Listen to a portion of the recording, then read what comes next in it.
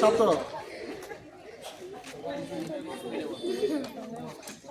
যাক, কোনটাতে বেশি পড়তেছে?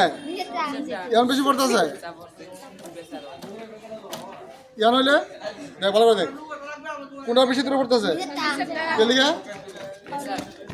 তাহলে আমরা বুঝি যে তরলের চাপ উপরে হইলে প্রেশারটা কম, যে নিচে নামছে দূরে পড়তেছে। যদি আঁটু নিচে করি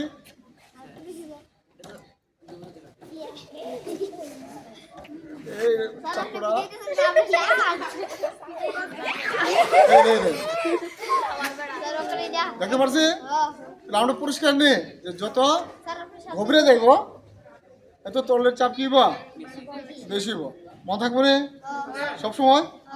আমরা কি শিখলাম গো? প্রেসারও প্রেসার ওয়াটার কি যত বেশি ডিপ হইব প্রেসার তত বেশি, আর যত উপরে থাকবো প্রেসার কম। ঠিক আছে, মনে থাকবো। ওকে, ভালো দিলে।